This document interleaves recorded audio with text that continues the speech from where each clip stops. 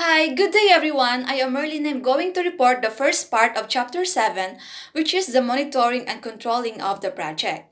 So I'm going to discuss about the plan, monitor, control cycle, the data collection and reporting, and the earned value. So this chapters begins with an overview of the plan, monitor, control cycle. Emphasizes is given to the importance of designing the planning, monitoring, and controlling process. So when we say of monitoring, it is the collection of data, recording, and reporting of the project information that is of importance to the project manager and other relevant stakeholders. So control uses the monitored data and information to bring the actual performance into agreement with the plan. Although the gathered data from the monitoring often serve as many objectives such as auditing, keeping management informed, and learning from the mistake. These are all but secondary compared to the purpose of monitoring, which is to control. So the purpose of monitoring is to ensure that all interested parties have available, when needed, the information required to exercise control over the project through the use of tools such as the project portfolio process. Okay, let's now start with the subtopic 1, the plan monitoring control cycle. Managing a project involves continually planning what to do, checking the progress, and comparing the progress to plan. Taking corrective actions to bring progress into agreement with the plan if it is not, and replanning when needed. So, as we have noted previously or in the previous chapter, that the fundamental items to be planned and monitored is the time, the cost, and the scope, so that the project stays on schedule and will not exceed its budget and meets its specification. So here in figure 7.1 illustrates the information and the authority flows for such a cycle in an engineering project. So take note na yung ating plan, monitor, control cycle constitute of a closed loop process until the makomplete na yung project. So please take note also na yung ating information is galing siya sa ibaba and the authority is from up to down. So you can see the flow in the illustrations here. Unfortunately, yung nangyayari sa reality, it is often the case that when a particular complex or the challenging, uncertain project are initiated, the plan monitoring control of effort is minimized so that the real work can be done. Kasi, yung sabi nila is bakit siya mag-spend sa pagpa-plan, sa pagpa-monitor, na pwede naman nila itong gamitin or spend ito sa para matapos na yung project. Kaya in this case, we need a mature project manager that value the planning, monitoring, and control to avoid the failure or loss of the project. So as an accounting staff, my duty is to process and monitor the expense of the company. So yung planning is hindi naman namin or hindi ko masyadong natatouch kasi usually yung requesting party or department na yung may hold nito. So sa control naman, after we have gathered the information, the cost and the expenses, we use that to control the unnecessary expenditures for the project or the purchases. Okay, let's move on now to designing the monitoring system. So the project plan is the primary document to guide the design of the monitoring system in terms of the detailed tasks and the resources that need to be controlled in order for the project to achieve its time, cost, and output goals. So, the exact boundaries within which these characteristics should be controlled must be determined, as well as the specific or the specified performance characteristic for each level of detail in the project activities. So, in order to manage the overall project success, control must be exercised, and the detailed work level for each aspect of project performance, or there is no guarantee na yung desired objective natin or changes will result. So as stated earlier, sa project plan, dito natin ma-identify kung ano yung nagawa yung usage ng resources natin or kung gaano na yung na-spend natin. And that is why it is important to update and identify the real-time data to measure the achievement against the plan. Once again, monitoring is the direct connection between the project planning and control. Here are the monitoring system that we can monitor in the process of project.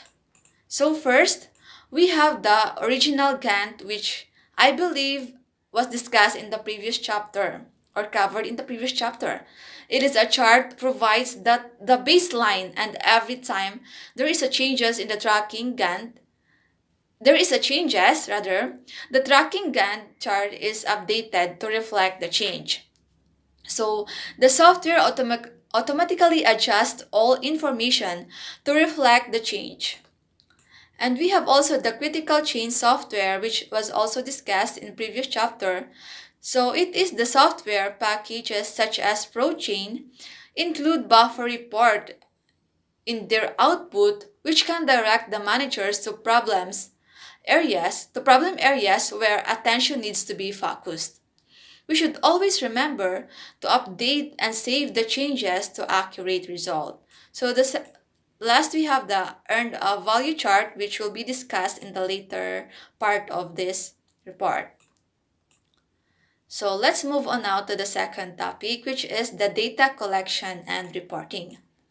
For the monitoring system, data in various forms have to be collected, analyzed, and reported.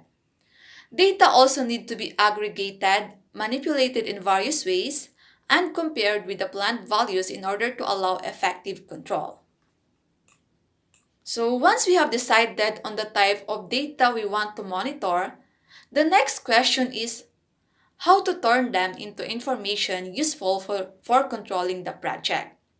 Okay, in this section, we can cover the physical collection of data and the analysis of the data, if necessary, to transform them into information that would help in the decision making. So when we say that data analysis, it is the process of cleaning and transforming and modeling the data to discover useful information for business decision making. Its purpose is to extract useful information from data and taking the decision based upon the data analysis. So example of data analysis may take from the form of a simple aggregation of data, such as averaging the values, or something as complex as fitting a statistical distribution function to the data to a certain relationship, effects, and the trend. So, malalaman natin through the data analysis kung may problems or need ng attention. For instance, example is mga maintenance. So, in general, the significant difference from the plan should be highlighted or flagged in some way, so the PM or the project manager or the other person exercising control cannot overlook the potential problems. But sometimes, kapag nagkamali tayo yung analysis natin, it become also an assignment of blame, which is not good at all. So, our goal here is to achieve the project objectives through the correcting deviations from the plan, not to find the scapegoats or assigned guilt. Next, after we have been collected and analyzed, they need to be reported in some forms. So when we say OB report, it is a document that presents information in an organized format for a specific audience and purpose. So there are three distinct types of report. First, we have the routine report. It is prepared and presented as routine work and a regular period of time. That routine performance report includes status report, progress reports, and forecast. Second, we have the exception. So exception report are primarily intended for special decisions or unexpected situation in which affected team members and outside managers need to be made aware of a change, and the change itself needs to be documented. Third, we have the special analysis report. These are prepared to disseminate the result of a special study in a project concerning a particular opportunity or problem for the project. They may be distributed to a top management, other project managers who would benefit from the knowledge, and the functional managers or anyone who might be affected or interested. Typical subject might include studies of new materials, capabilities of new software, and descriptions of the impact and the new government regulation. So in our company, I don't do reporting, but I supplied all the data and the information needed by my managers, and then my managers would consolidate and analyze and do the reporting. Although everyone concerned with the project should be tied into reporting system in some fashion, not everyone needs to receive the same information. In addition to say, aggregation the data for senior managers with many other such projects under their authority, reports may vary in terms of their frequency of distribution and the detail as well as the particular measures being reported. As what I have mentioned earlier, dun lang sa mga specific persons or clients i-present ang mga reports because not everyone needs the same information. Okay, here are the purpose or the benefits of the report aside from the purpose of control. First, they provide mutual understanding between stakeholders in a project regarding the goals, progress, difficulties, success, and other ongoing events of importance to the project. Second, they help communicate the needs for coordination among those working on the task and subtask of the project. Third, they establish and maintain a communication network for the global project.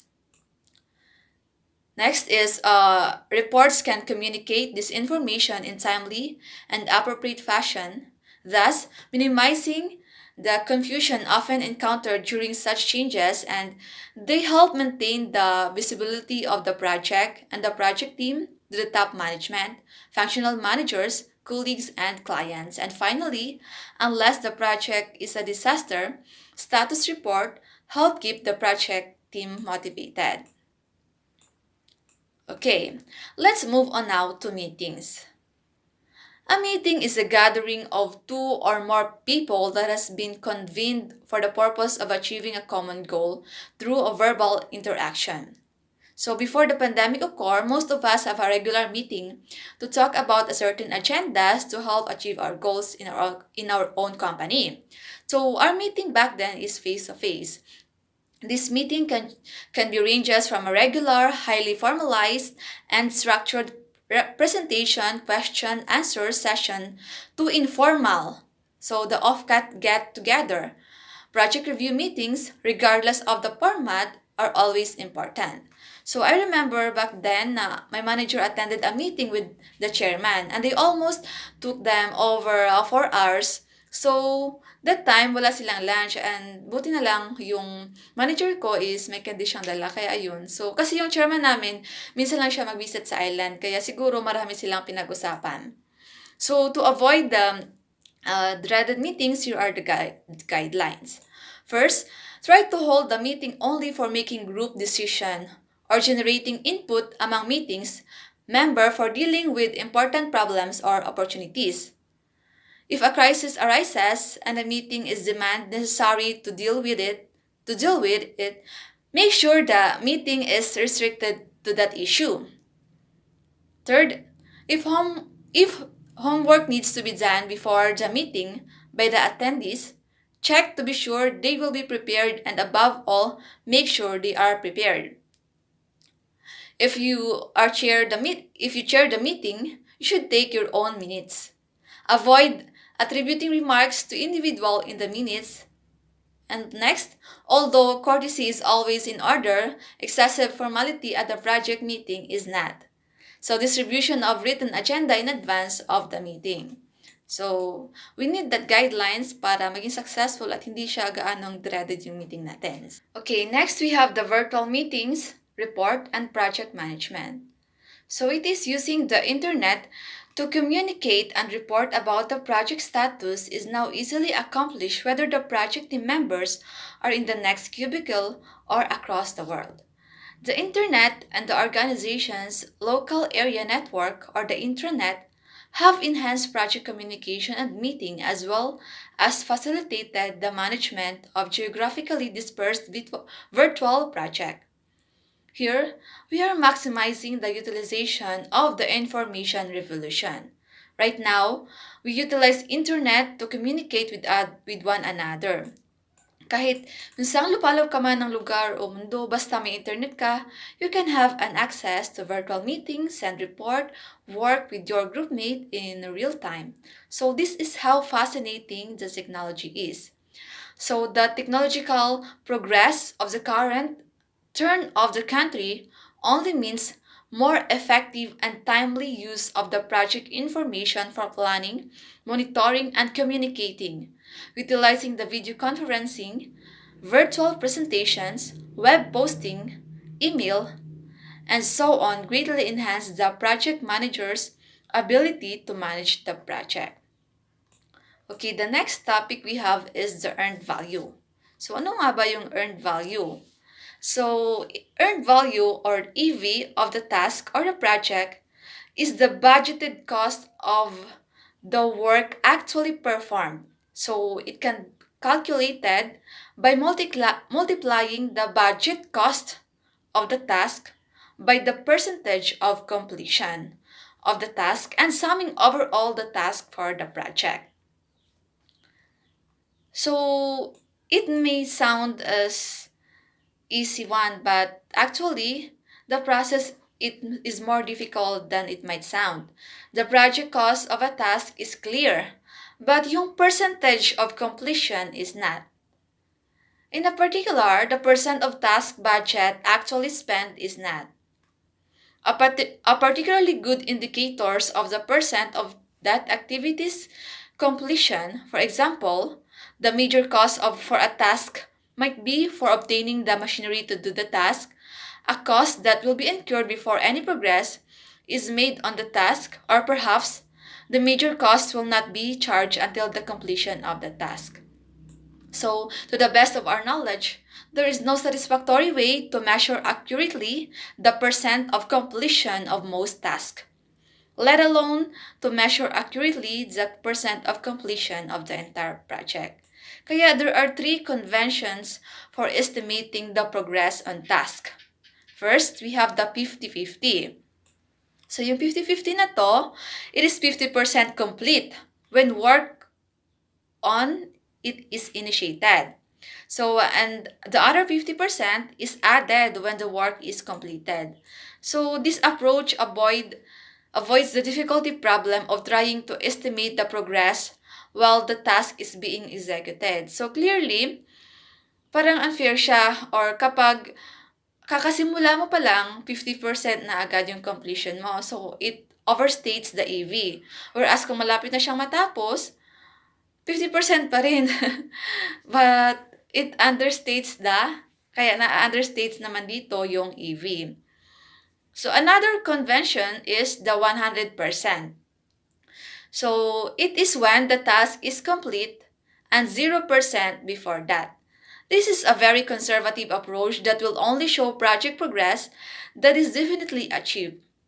Project, however, will always appear to be behind schedule, and upper management will be constant state of worry about the project progress, not to mention the project manager's competence. So kapag malapit na siyang matapos, 0% pa din siya. Kaya parang it is for a conservative approach talaga yung 100%. So mag-wonder ka kapag malapit na siya matapos 0%. Kasi unless na matapos na siya, yun na siya mag-100% yung task. And last, we have the time or the cost ratio. So estimate the percent completion by using the ratio of the cost expended to the total cost budgeted for the task. So as the earned value is calculated, we can make a graph of it. So here in the figure 7.2, we can see the figure represents a difficult situation. a project significantly behind schedule and considerably over budget at this time of the project life. So makikita natin the difference between the EV or the earned value and the baseline. And the baseline or the PV cost is called the schedule variance. So here, it shows how much the project is behind or ahead of the schedule. Sa figure natin, makikita is behind siya, meaning negative schedule variance siya. We can also see the AC or the actual cost also above the PV or the value completed or the baseline. It also indicates na again negative or bad spending variance. Here are also the two simple rules in calculating the variance earned value chart. So the first rule, a negative variance is bad and a positive variance is good. The second rule, spending and schedule variance are calculated as the earned value minus some other measures. So ano yung some other measures na to?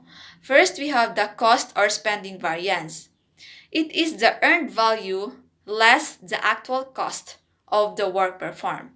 So if you will ask how you can get the cost variance, simply you should less the earned value.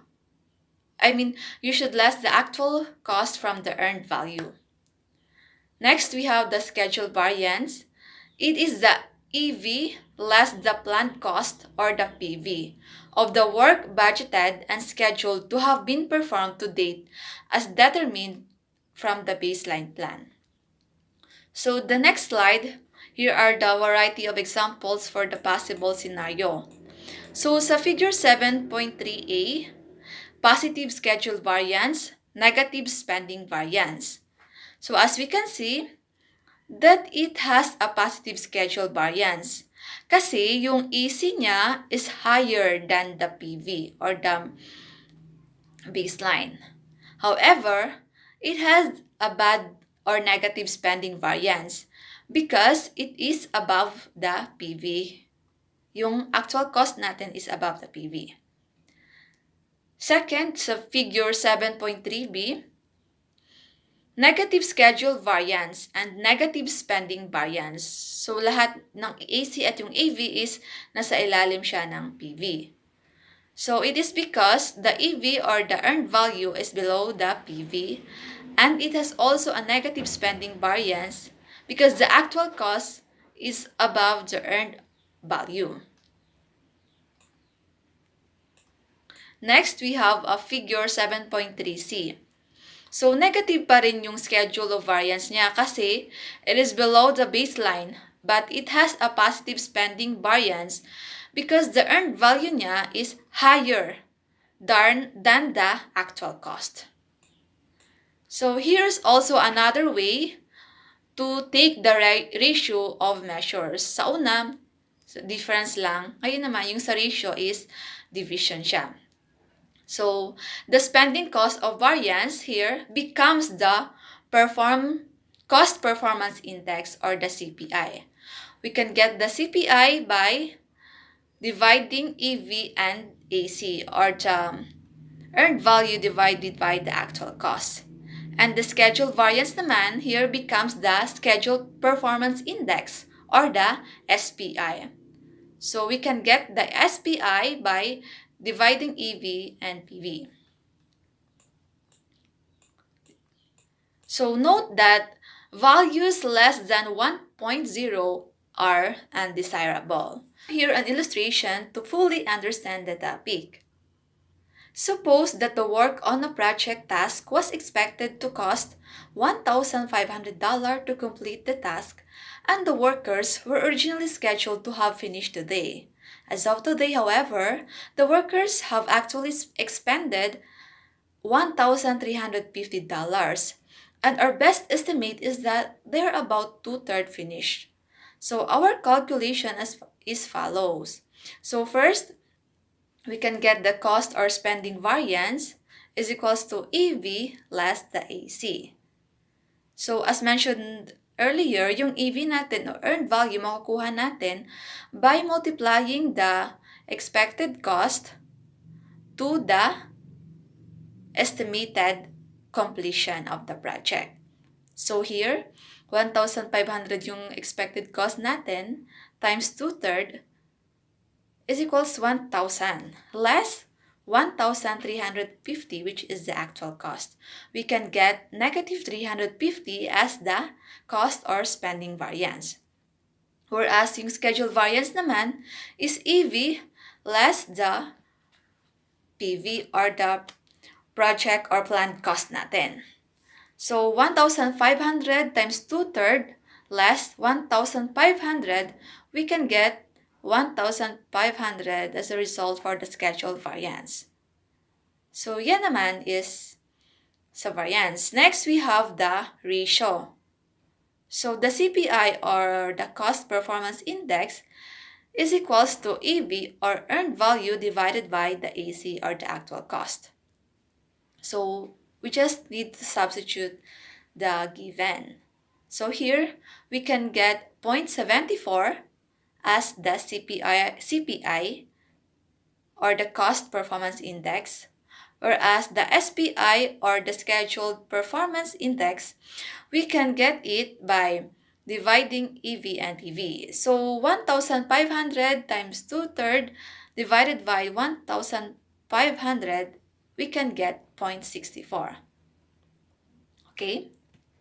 Thus, we are spending more than the baseline plan indicates. And given what we have spent, we have not made as much progress as we should have. Because as we can see in the result, it is yung ratio niya 0.74 and 0.64, it is less than 1 and it reflects undesirable result. We can use this calculation to determine some additional items of interest as well, such as the estimated remaining cost to completion or ETC and the projected or total cost estimated at completion or EAC. So if that is nothing is done to correct the problem. So given the budget cost at completion, which is 1,500, and the EV or the earned value is 1,000, we can get the ETC o yung ETC magkano pa ba yung kakailanganin natin to complete the project. So we just need to substitute it. So the BAC or the budget completion, which is 1,500 less the EV na 1,000 divided by the CPI previously na 0.74, we can get $676. So yan yung need pa natin to complete the project. So note that this assumes that the work will be completed at the same level of efficiency or inefficiency as conducted thus far. So the total cost to complete the task is, we just need to add the ETC plus the actual cost, which is 1,350, we can get $2,026. So that is the total cost na need natin sa project to complete. Whereas, rather, yung original estimated cost natin is only 1,500. So, kapag kinompute natin siya using this formula, we can get 2,026 na cost dapat. Okay, that would be the end of my report, and thank you for listening. And I hope you have at least learned something from me. So, thank you.